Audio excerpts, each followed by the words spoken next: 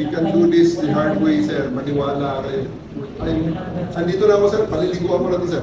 Nabasa na ako. Paliligo ako, sir. Alam ko. Maligo naman talaga kayo lahat. Yes, sir. Yeah, please, sir. Tayo ko lang yun. Finish this. Ito naman, ano lang, Walang darating kasi nakasarado tayo lahat dito. Hindi ko sa morning show yun. Other day, anong kasunod?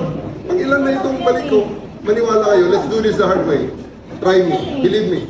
Nako, nakasakitan tayo, sir. I'm promising you.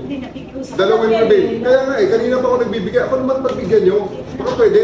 Baka naman pwede pagbigyan nyo naman ako. Kami naman ang pinagbigyan ka, hindi na babalik. Anong ibabalik pa namin? Kanina pa ako sa nagbibigay. Anong ibabalik Sir, sa amin? maniwala kayo. Naniniwala ako sa inyo. Sir, naniniwala ako sa inyo. Maleta na ano.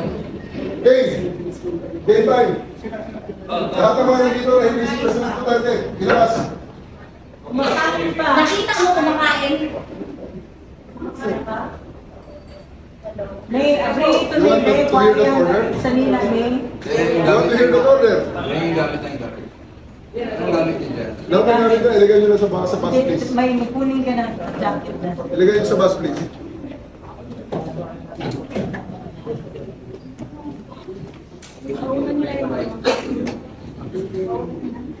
Order nyo na. Yung sama ito. Jacket pa. Pati yung oxygen, Hindi patawag. Tawa.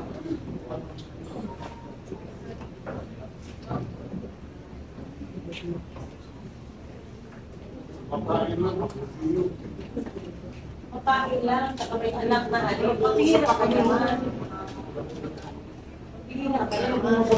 Hindi naman kayo, sir. I will remove you from this room, maniwala kayo. Grabe naman ang ano mo, sir. Ang black man out.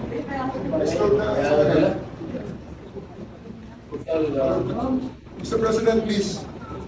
As a former president, as a prosecutors, I do believe that you still believe in the majesty of the law. Ito lang nagsaseparate sa atin. Sa Alam mo, huwag ka na sa naman barbaro, sir.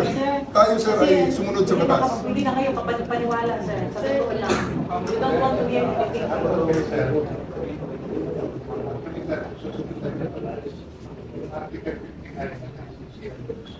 Hindi siya mag-wheelchair. Hindi siya mag-wheelchair.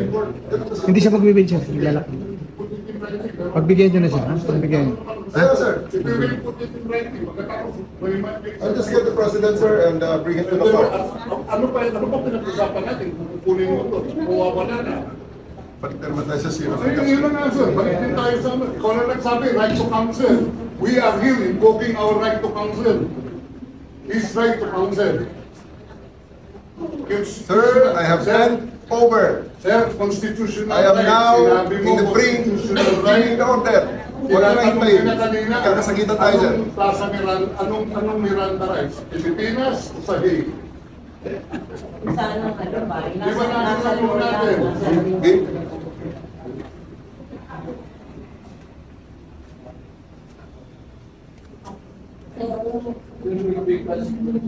I know, sir. I'm not afraid.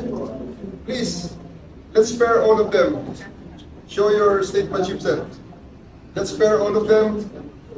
I'm waiting Take it, sir. I'm waiting for my daughter and son.